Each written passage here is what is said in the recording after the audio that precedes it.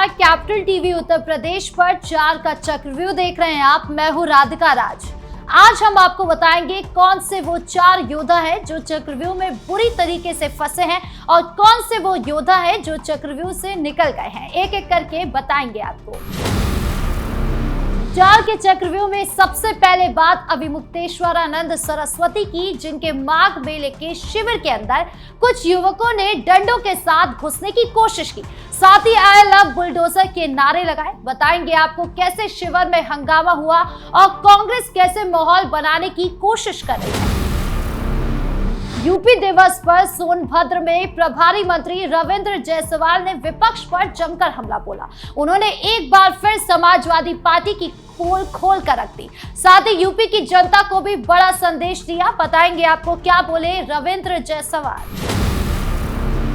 एक तरफ जहां सीएम योगी के मंत्री ने समाजवादी पार्टी को एक्सपोज किया, तो वहीं दूसरी तरफ जूना अखाड़ा के महामंडलेश्वर यति नरसिम्हा गिरी ने मुस्लिम प्रधानमंत्री की मांग, जो मुस्लिम समुदाय की ओर से उठ रही है, उसे लेकर बयान दिया। कहा कि राम मंदिर को तोड़ने की धमकी की बात रखी जाती है और हिंदुओं को जागरूक भी किया। बताएंगे आपको क्या कुछ बोले नरसिम्हा। 4 के चक्रव्यूह के आखिरी में बात केजीएमयू की, जहां केजीएमयू से 8 मजार मिले हैं और जब अवैध मजारों पर योगी सरकार एक्शन करने को तैयार हुई तो मुस्लिम समुदाय ने जमकर विरोध किया, लेकिन फिर भी बुलडोजर की गड़गड़ाहट जल्द ही सुनाई देने वाली है। बताएंगे आपको क्या कुछ हुआ केजीएमयू परिसर के अंदर। तो चलिए शुरू करते हैं 4 का चक्रव्यूह। शुरुआत करते हैं 4 के चक्रव्यूह की सबसे बड़ी खबर से, जो माघ मेले में छिड़े महासंग्राम से जुड़ी है। प्रयागराज के माघ मेले में अभिमुक्तेश्वरानंद सरस्वती के शिविर के बाहर 24 जनवरी की शाम को बड़ा हंगामा मचा। कुछ युवक हाथों में डंडे और भगवा झंडे लेकर जबरन शिविर में घुसने की कोशिश करने लगे। स्वामी अभिमुक्तेश्वरानंद सरस्वती उस समय मीडिया को संबोधित करते हुए धरने पर बैठे हुए थे। जैसे युवक घुसने लगे, श्रद्धालु और भक्तों ने उन्हें रोका।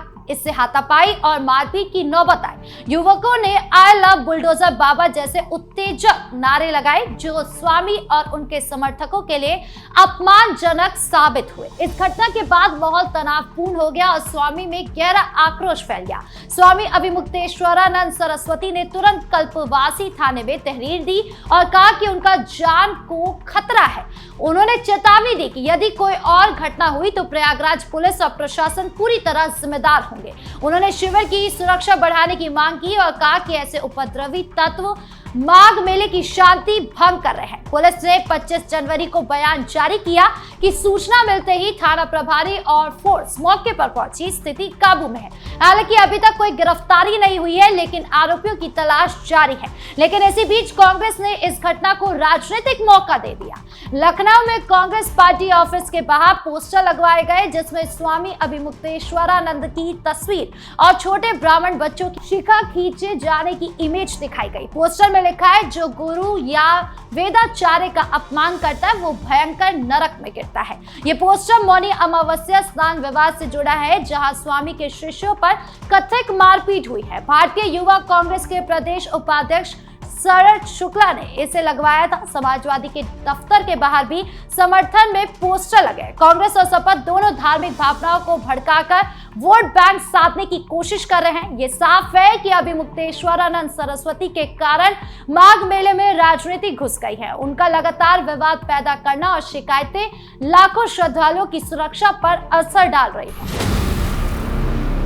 बढ़ते दूसरी खबर की ओर, जो रविंद्र जायसवाल से जुड़ी है। उत्तर प्रदेश दिवस पर सोनभद्र में प्रभारी मंत्री रविंद्र जायसवाल ने विपक्ष पर तीखा हमला बोला। उन्होंने कहा कि पहले गुंडों की सरकार थी, जहां गुंडे मंत्री थे और गुंडों के संरक्षण में सत्ता चल रही थी। जनता ने उन्हें कूटकर सत्ता से बाहर कर दिया, तब भाजपा को मौका मिला। ये सीधा निशाना अखिलेश यादव और समाजवादी पार्टी पर था, जिनके राज में गुंडाराज और भ्रष्टाचार चरम पर था। जायसवाल ने कहा कि सपा राज में अपराधी खुलेआम घूमते थे, विकास रुका हुआ था। अब योगी सरकार में कानून का राज है, विकास तेजी से हो रहा है। उन्होंने डायरेक्ट बेनिफिट ट्रांसफर का उदाहरण दिया कि पहले 100 रुपए में से 15 रुपए पहुंचते थे, अब पूरा पैसा सीधे खाते में आता है। सोनभद्र को निवेश का हॉटस्पॉट बताया गया है, जहां खनिज संपदा से औद्योगिक विकास हो रहा है। अखिलेश यादव को बचकाना नेता बताया, जिनके बयान पर दया आती है। रामायण का उदाहरण देते हुए कहा कि गेरुआ वस्त्र पहनकर कुछ लोग समाज को गुमराह कर रहे हैं। माघ मेले विवाद पर कहा कि जो दिखाया जा रहा है वो एआई का खेल है। राजभर समुदाय के टकराव पर तंज कसा कि दोनों एक दूसरे को क्या कह रहे हैं वही जाने। ये बयान अखिलेश यादव की पोल खोलता है। सपा के राज में जंगल राज था, अब शांति और प्रगति है, यानी जनता विकास चुन रही है। अब बात यति नरसिंहानंद गिरी की। जूना अखाड़ा के महामंडलेश्वर यति नरसिंहानंद गिरी ने बुलंदशहर में आयोजित हिंदू सम्मेलन में एक बार फिर साहसिक और जागरूकता फैलाने वाला बयान दिया, जो हिंदू समाज को अपनी रक्षा और एकता के लिए प्रेरित करने वाला है। ये सम्मेलन आरएसएस के 100 वर्ष पूरे होने के उपलक्ष्य में बॉम्बे रिसोर्ट बालका रोड पर शुक्रवार को हुआ था। यति नरसिन्हा मुख्य अतिथि के रूप में कार्यक्रम का उद्घाटन करने पहुंचे थे। यह आयोजन हिंदू समाज की चुनौतियों पर चर्चा करने का एक महत्वपूर्ण मंच था, जहां यति नरसिन्हानंद ने अपनी बेबाक राय रखी, जो हिंदुओं की घटती आबादी और भविष्य की चुनौतियों पर प्रकाश डालती है। यति नरसिन्हानंद ने अपने भाषण में हिंदुओं की घटती आबादी पर गहरी चिंता जताई और एक वास्तविकता आधारित भविष्यवाणी की कि जिस तरह हिंदुओं की आबादी घट रही है, उस हिसाब से देश में बहुत जल्द मुस्लिम प्रधानमंत्री होगा।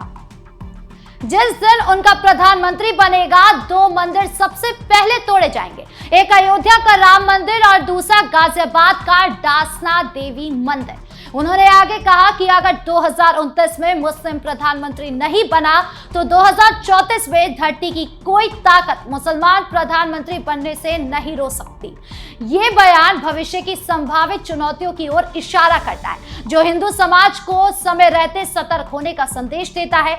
ये न केवल ऐतिहासिक घटनाओं से प्रेरित है, बल्कि हिंदू मुस्लिम संबंधों में असंतुलन को उजागर करता है, ताकि हिंदू अपनी सांस्कृतिक विरासत की रक्षा कर सके। यति का ये दृष्टिकोण हिंदू समाज को एकजुट करने और अपनी पहचान बनाने के लिए आवश्यक जागरूकता पैदा करता है, जो राष्ट्रवाद और सनातन धर्म की रक्षा के अनुरूप है। उन्होंने हिंदुओं को सलाह देते हुए कहा कि आज आपकी यानी कि हिंदू सरकार है, सरकार आपकी कितनी रक्षा कर पा रही है ये तो आप जानते होंगे। कल जब सरकार उनकी होगी, यानी कि प्रधानमंत्री उनका होगा, यानी कि मुस्लिम समुदाय का होगा, तो ऊपर से हुक्म आएगा कि इस बाबा को गोली मार दो। मैं तो उससे पहले ही मारा जाऊंगा, लेकिन तुम खुद को नहीं बचा पाओगे। ये शब्द हिंदू समाज को वर्तमान स्थिति का विश्लेषण करने और भविष्य के लिए तैयार करने का भी आह्वान है। ये हिंदू समाज को सशक्त बनाता है, क्योंकि गिरोह बनाने यानी कि बच्चे पैदा करने और आत्मरक्षा की बात आवश्यक सतर्कता है। ऐसे बयान संविधान के सेक्युलरिज्म के साथ राष्ट्रभक्ति को मजबूत करते हैं। भारत का संविधान सभी को सम्मान अधिकार देता है, लेकिन यति का जोर योग्यता, चरित्र और राम भक्ति पर है।